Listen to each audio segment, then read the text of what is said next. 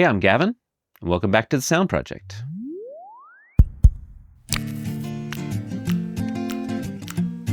So we are here today with my friend Biz Morris. What is up? Gavin!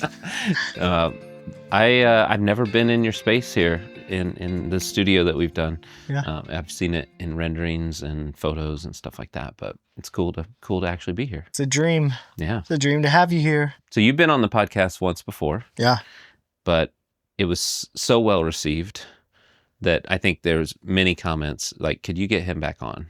Yeah. Okay. So this is what it is. This is what it is. And honestly, we don't have any plan for this podcast of what Right. we're going to talk about, but I think you do, potentially. I think we should just do rapid fire questions to each other. Okay. I think people want to know who you are behind the camera, and I want to pick your brain a little bit on some stuff. Okay. Is that cool? That's fine. You can ask me whatever. I'll ask you whatever. I'm an open book, except when I don't feel like being an open book. Okay.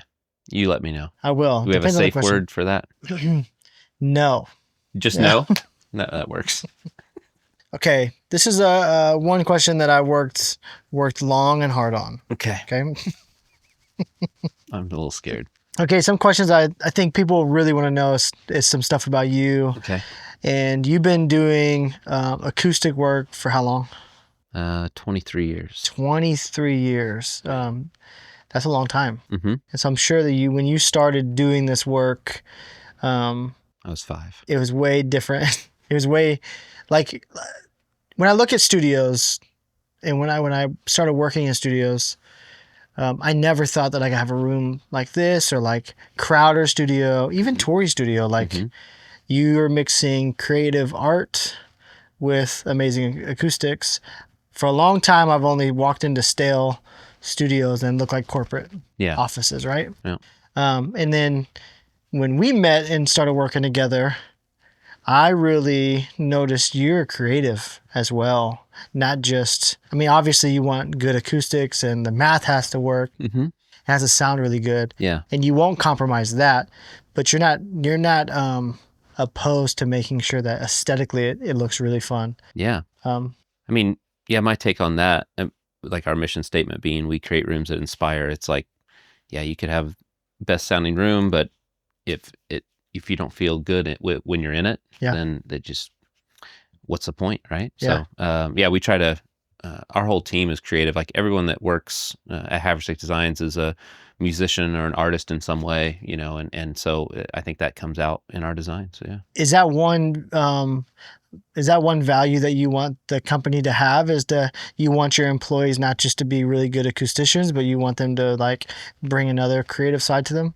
Yeah, actually, it's one of the questions I ask in like when I do check-ins with people, usually just their first check-in, like we do it quarterly. And one of the questions is, do you have a talent that you're not currently using at work? Oh, wow. And it doesn't mean that like it might not be a talent that applies, but I just would like to know that because, I don't know, everybody... Why do you want to know that? I want to know that because, one, I just like to know my employees better and be closer to them. But really, like, there's some things, like, I didn't know that Tracy used to do a lot of drawing. Like, she used to illustrate stuff. Like artwork. Mm-hmm. Yeah, like the artwork behind me. I love that. I love art. What is this artwork?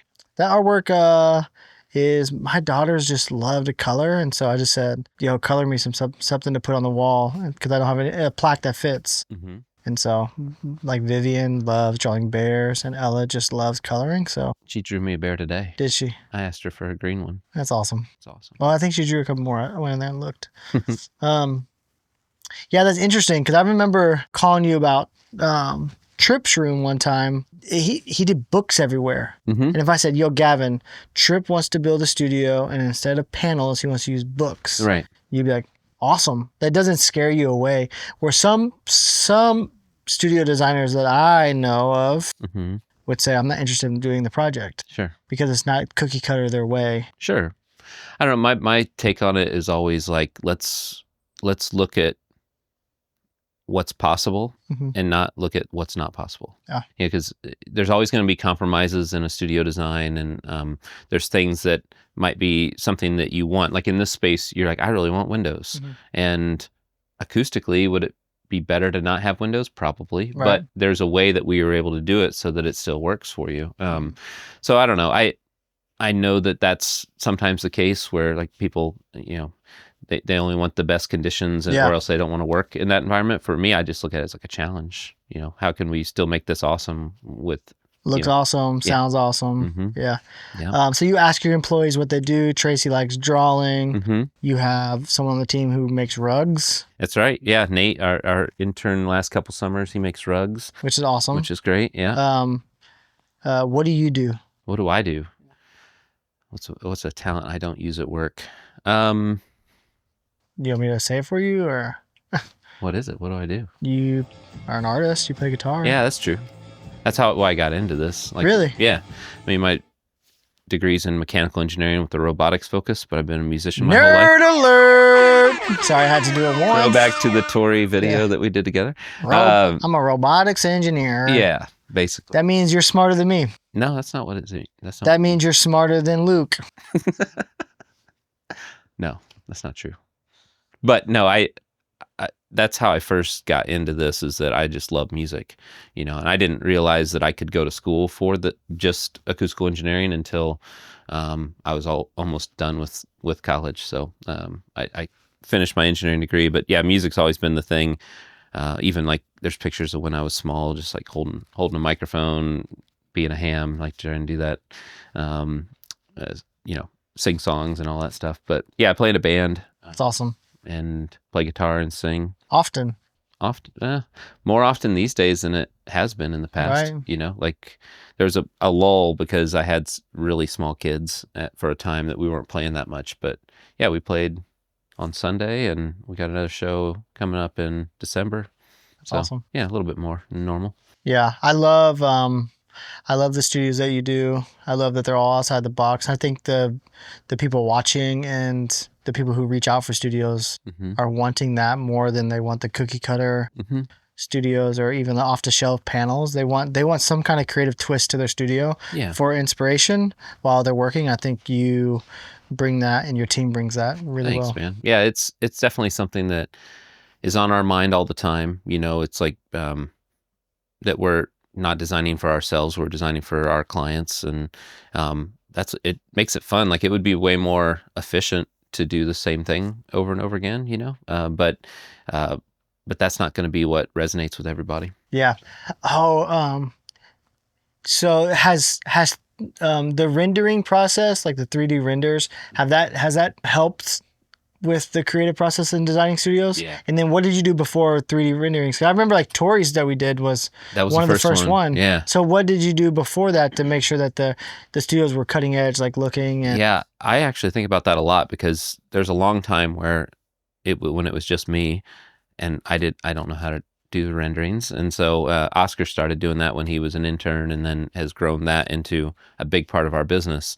But yeah, I look back at older studios, and it wasn't like they looked really awesome as well. But I think that the biggest piece of that was that while I'm designing it in CAD, I can see it, but the client can't. Right. Because they're not used to knowing what it's going to look like. So the renderings just brings them into the fold, because before it was more like, hey, trust me on this, it's going to look really great. Right. And then now it's like we can send renderings and get feedback from them, and then they're speaking into the process rather than just like trusting us that it's going to be great. That's awesome. Yeah. All right, my next question is, what's the difference between using you guys or using like a free service where they use generic panels from Sweetwater or Guitar Center or something? I would say that, I mean, we also understand that like our services aren't for everybody. Like there's a lot of people that like to, it's more of a do-it-yourself approach and figure it out as they go. I would say the biggest benefit of hiring us would be, we've learned so much over the years of like pitfalls and things that can go wrong on projects, where we can save people the heartache of that, because there are a lot of times where, whether it be HVAC design or electrical details, making sure there's not buzz in the lines and things like that. And then obviously we're putting a lot of thought and effort into the acoustics of the room, and looking at room modes and first reflection points and things like that sometimes people just don't have time for it. You know, it's like you could, I never think like, oh, wow, they have to go with us because we're so good at this. I mean, we are good at what we do. Other people could research and put the time in and get good results as well, but sometimes they just don't have the time for it. They'd rather be making music. Yeah, the value on their time. That's what I do with mix is like, I always tell artists, like, you could mix it yourself.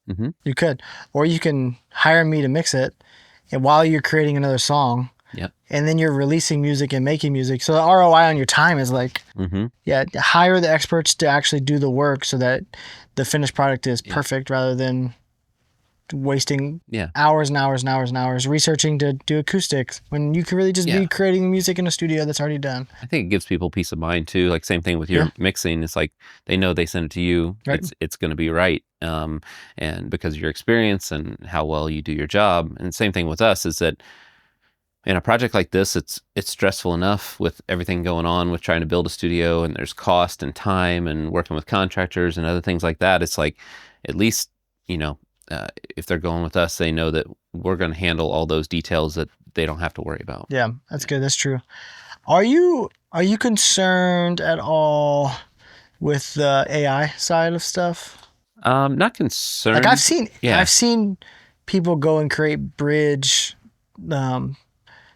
plans, how to build a bridge, or like just like really fast. Yeah.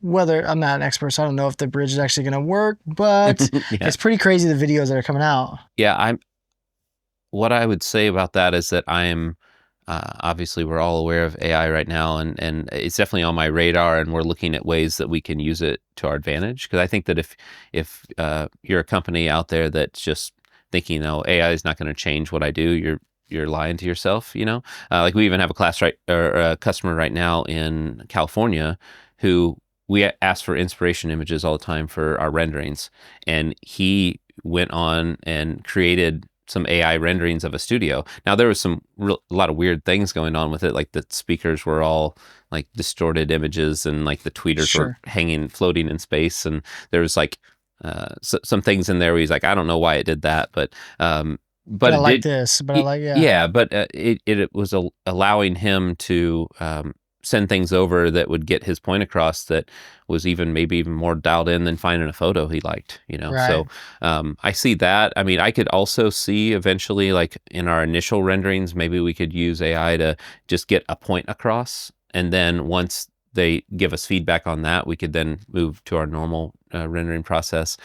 We've even used it in some different aspects of our business just to speed a couple processes up, you know. So it's definitely something that's, you know, it's here to stay. It's only going to get, it's like in the infancy stage, so it's only going to get more and more advanced. But you're not worried about it like going in and figuring out room modes or issues like that? Yeah, I mean, my thought is on that is that a lot of times people aren't hiring us for that.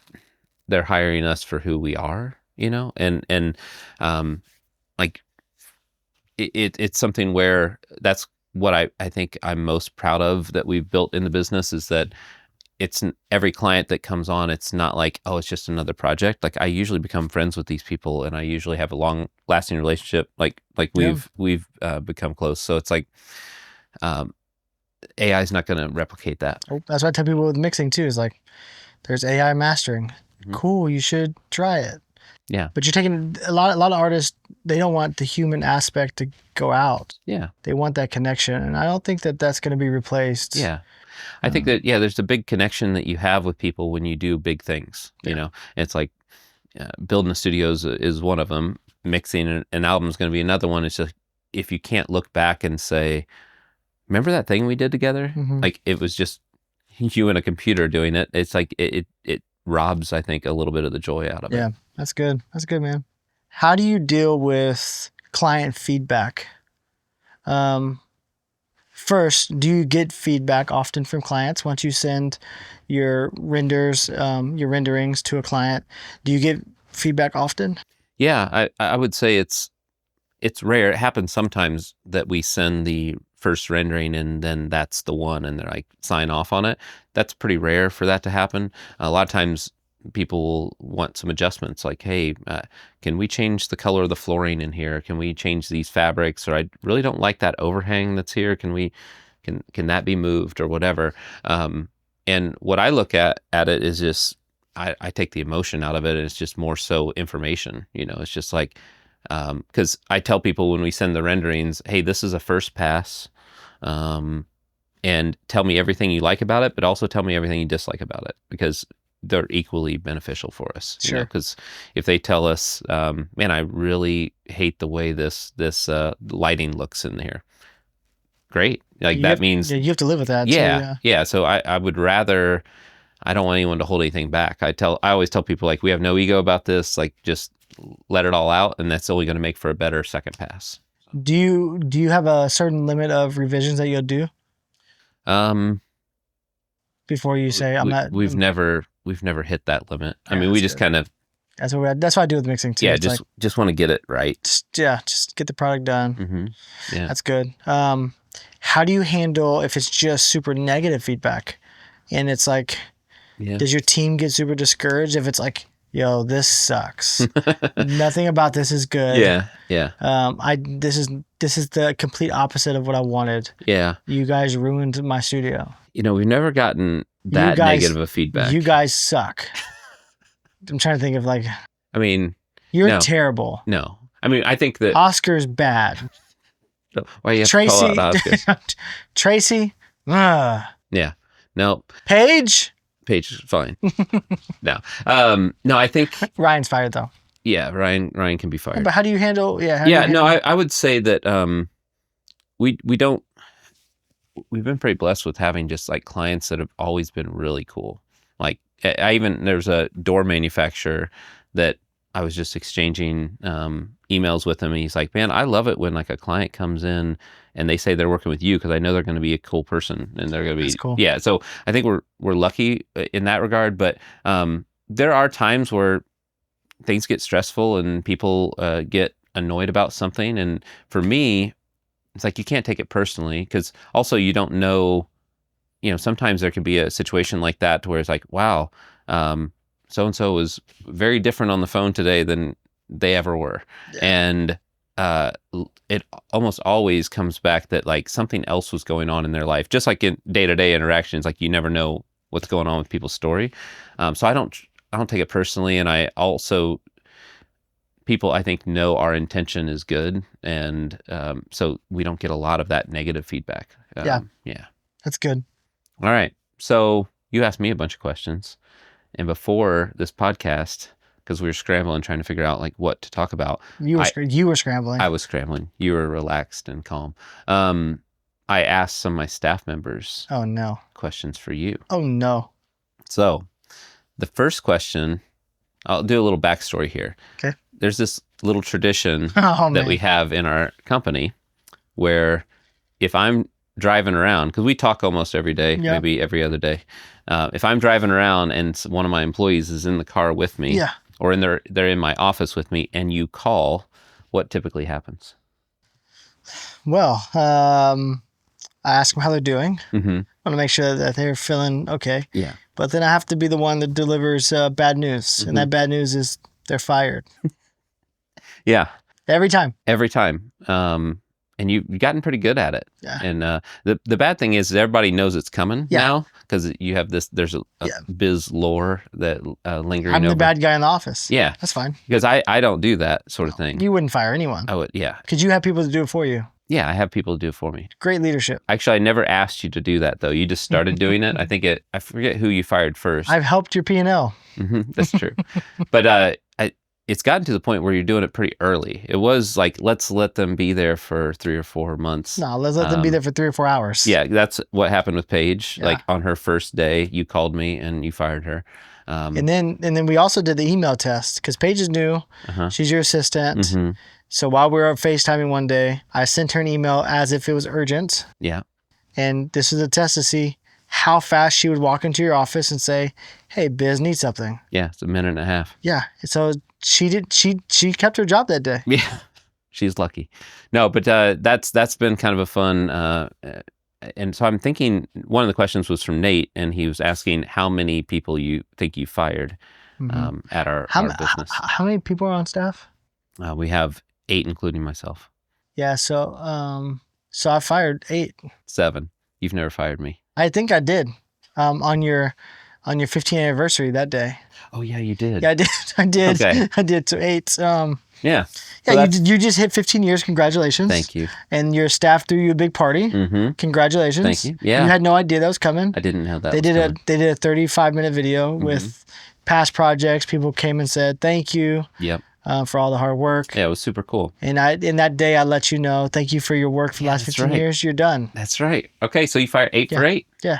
It's good percentage. Yeah, 100%. Yeah, so you uplift people's spirits around the office. So one question that I got, and this was, I think, from Oscar, was what is your most underrated mix you've done?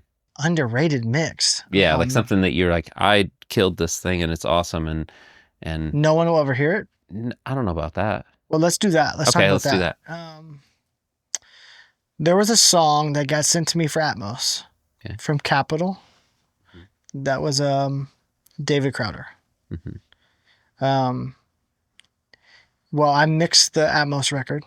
I didn't do the stereo one, but I mixed the Atmos, and I finished it. It was a rush job. I finished it, and I found out that they sent me the wrong stems. So it was the old production. So they updated the production on it. And the version I had was the older production. Well, I got the new production. I mixed it and it was terrible. Like it wasn't, I mean, not terrible, but like it was, like when you're comparing 2 different versions of a song. But I'll go back still today and in my Atmos room and play that song because it is by far the best Atmos mix I've ever done. No way. And no one will hear it. No one will ever hear it. You got the wrong stems. I think that's, underrated. I don't know if that would count, but... Yeah, it's pretty, I think we'll let that pass. We'll let that pass, even though no one will ever hear it unless they come visit me. But, still to today, I'll when I'm showing people the room, that's one I'm going to play. That's the one you do. Because it is... What about it? They had choirs, and he had choirs going with them. Just like moments in the song, hits in the song. Yeah. Just the emotion that was felt in the song. Cool. It just allowed for the Atmos mix to be incredible. Nice. Yeah. All right, so this is a question from Ryan. Surprised he's still there. He was wondering, how long can you stay in an ice bath? Oh, yeah. Can I tell this story? This is a safe place. No one's ever going to know about this. No one will, yeah. Me, you, and some other people were in LA, and we went to go visit Dre and Tori. They have this amazing cold plunge ice bath thing. The one that makes it go like into the 30s. It's 38 degrees. And I was like, all week. I was like, let's go do this ice bath. You guys are going to love it. It's going to feel so good. A lot of peer pressure going on. Yeah, as if I've ever done it. I've done cryotherapy, and I love cryotherapy. Sure. I can do an ice bath. This is going to be easy. I think you went. I think Luke went. Now it's my turn. Dre went first. Dre, yeah, but that doesn't count because that's his. Yeah. You went second, actually. And then it was my turn after you. No, I didn't go first. It was Dre, then you. Oh, it was Dre, then me. Because okay, I'll. It was you. Yeah, because I'm a leader. I'll go first. I was in this ice bath for maybe 2.2 seconds. You got to hear. And I screamed. And I got out, and I couldn't. And now there's an embarrassing video. That no one will ever see that. That's not this. The viewers won't ever see it. But there's artists who have gotten this video and sent it to me that weren't there that night. No way. So that means Tori and Dre, you guys sent it. So, I screamed like a little girl. So you jumped out of this thing, and it made me question whether or not I wanted to do it, because I thought you'd get in it, and although when Dre did it, it felt really intense, and he does it like 5 days a week, and I was like, if he's still struggling a little bit. He did it fine. He did it fine, but then you didn't do it fine. No. And then Luke got in, he did the 2 minutes, and then I went in, and I locked in. And you did 3 minutes. No, it was 2 minutes. You did 3 minutes. I did 2 minutes, and it was cold. I will say it's hard to breathe. You feel like your organs are shutting down, all that stuff. Because they are. Because they are. But that was just Ryan's question: is how long? So let's say. Just for Ryan's sake, like 3 seconds. But like, never mind. I don't blame you. Ryan wasn't even there. Ryan. He had NAMM duties that he was. That's right. Taking care of. Not this year though. Mm-hmm. This next NAMM, you're out. He's fired. So Nate had a question, and it was, what genre of music do you like mixing the most, and why? That's hard. Pop. Yeah. Yeah, I'll do pop all day if I could. Like, I love pop. I like mixing pop forward vocals. I get to compress the vocals really hard, and yeah, I really like compression. So I like mixing pop vocals. Mm-hmm. Just like the out front, in your face vocals. It's probably one of my favorite things to do. It seems like over the years, like the types of genres that you're getting is changing. Yeah, it used to be really hip hop focused. Mm-hmm. Now it's moving pretty pop. Yeah, even some country sometimes. Country stuff just came in. Mm-hmm. Yeah. Question from Oscar. Oh. Again, and he's first employee. Yep. Last employee. And then he asked if you know why Words Played doesn't put out more music. Should we FaceTime Words Played and ask him? Should we do that? Should we ask him? Sure. Yeah. Okay. Ha! Hey, I'm in an interview right now. Doing a studio tour. We're doing some questions, and this question just came up, and I wonder if you can help me. The question is does Biz know why Words Play isn't releasing any music? Was that really a question? It absolutely was, from one of my staff members. Well, that's none of their business. Yes. Wait, why I'm not, or am I not? Am I? I think the question was why. That's really like that feels very personal. Yeah, that's a loaded question. Like very, it's almost there's the air of entitlement. Like, why? Yeah, why? All right, I will read the question directly. He's gonna read the question directly, and you need to answer it directly. It just says, it's from Oscar who works for me, and he said, ask him from me why Wordsplay doesn't make more music. Tell Oscar to get back in his trash can. Stop being no, that's not nice. Ozzy, I because I'm not good at making music. Biz asked me the same thing. Because I'm not good at making music, unfortunately. That's not true. I'm not good at it's hard. It's actually really difficult for me to make music. So for a lot of different reasons. But I'm pulling up to the studio right now. So all right. There you go. Well, Oscar obviously is a fan. Yeah, you have fans you have fans out here, bro. And if they're asking me for you, that means we should be working soon together. All right, bro. Love you. Love you. Bye. I didn't get the follow up on Oscar's most underrated mix question. He did say that he votes "Falling" by Andy Mineo. Did I mix that? I don't. That's why it's underrated. Yeah, the problem with a lot of songs is I do questions like that, like what's the most underrated song that I've mixed. It's really hard for me to pick something because, man, I do a lot of songs. Mm-hmm. No, I did this. I forgot about this. I'm gonna confirm I did it though. Mix engineer. You?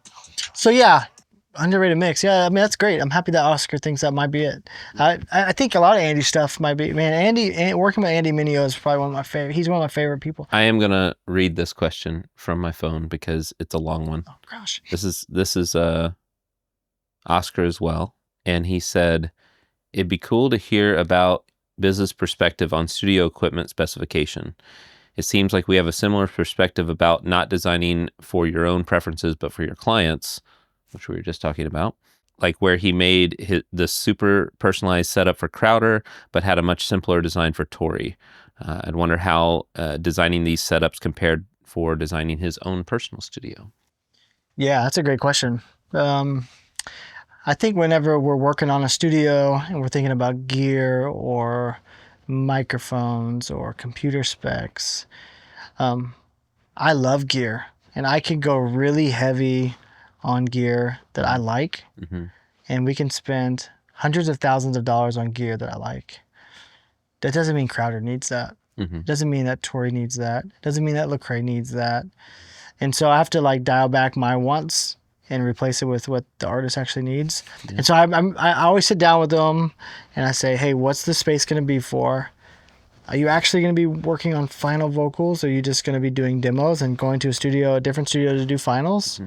Because if that's the case, then we're not going to spend $20,000, $30,000 on a mic chain. Right. It doesn't make any sense at all. Right. But a lot of time, they are doing final vocals, and so we'll make that happen. So like with Crowder, I knew that he wanted a lot of stuff. He likes toys. He wants the options of all the guitar amps. He wants all those synths, but he does not want to be messing with Pro Tools or Ableton. And so I had to design that room in a certain way of everything's always on, everything works at all times, and when he goes into Pro Tools, everything has an input, which is it was like a huge challenge. And then Tori's is like, she doesn't need to call me if she's having an issue. If she's having an issue, I designed it wrong. So I want her to be able to walk in, open up Logic, put in record, and record her vocals. Pull down the mic, play guitar. That's like, that's it. So like the difference between me is I change gear all the time. If you go to the other studio, I have open inputs because I'm changing gear all the time. Right. And so I have open inputs that are always going to be used for random gear that I bring in. So I have to die to my desires when I'm building or doing gear integrations on studios. Yeah. Because the artists or the clients don't always want that. Yeah. It's like you with building studios. You may want to build an all white room because you want that, but Luke wants. He has 5 kids and that walk in and touch the walls with greasy hands. Yeah. White's probably not the best option for them. Right. Yeah. All right. So one of the questions from Juan on my staff was what? He's still there? Yeah. You did fire him, but he's still there. Okay. Just to show you. Is he getting paid? Yes. Jeez. Sorry, go ahead. So he was wondering what your like favorite speakers, favorite mic, favorite DAW plugins. Pretty much favorite everything. Yeah. That's cool. Favorite everything. Let's go down the chain. My favorite interface, if I'm building a studio. See, this one's a little different because I'm just mixing it here and there's no outboard gear. So the Trinnov I'm using that as my converter. So I'm like, all Dante. This room doesn't count. But if I'm building a room and I know I'm going to put gear in it, what interface am I going to do? The new Apollo. So I'm going to do it for interface. I think the converters are great. Also, I'm very simple too, because the more stuff you add, the more you have to like train the team, the more issues you have. I mean, y'all came last night and even just the power going out just messes up a lot of stuff.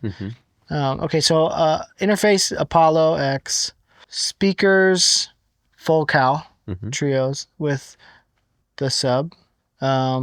In between that, Trinnov. If I'm picking a microphone and I have to pick only one microphone for a whole bunch of artists, it's going to be the Universal Audio 67.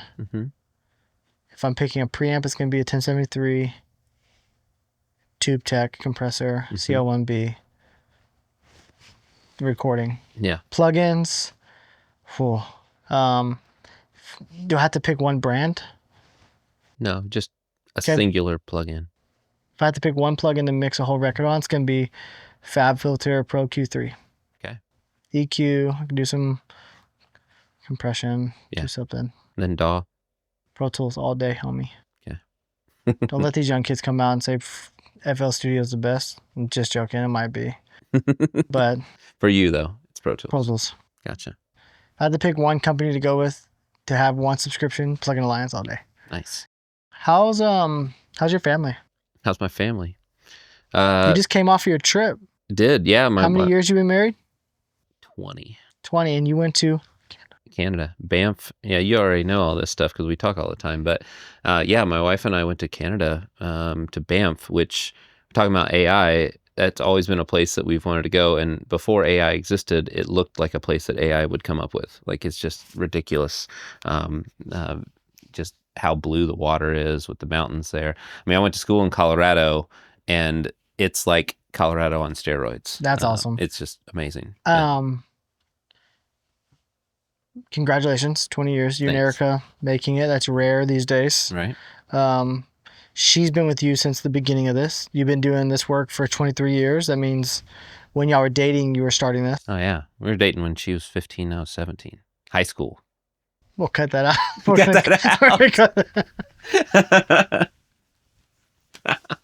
That's too easy. Yeah, for a long time. All right, that's a wrap. No, so yeah, you were doing this while you're dating and while you're in school. Talk about that. Like, this has been a journey. You did not have your own company till 15 years ago. That means you worked for someone else, and then you started your own company. Yeah, which is not easy. Yeah, which you took a pay cut, which is like a lot of things go into it. Yeah.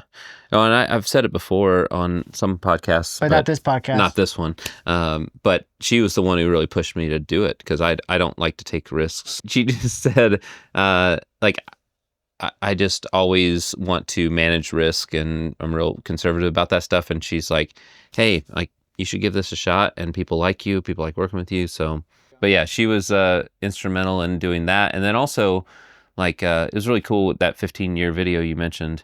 A couple of people called Erica out on it and be like, hey, this doesn't work without you. And it's true. It's like, I always tell people she works harder than I do because she's a stay-at-home mom. And it's like, you know that with your wife as well. It's like, man, this just, I've got the easy job out of this, and it doesn't work without her. So yeah, the Bible says you find a wife, you find a good thing. There you go.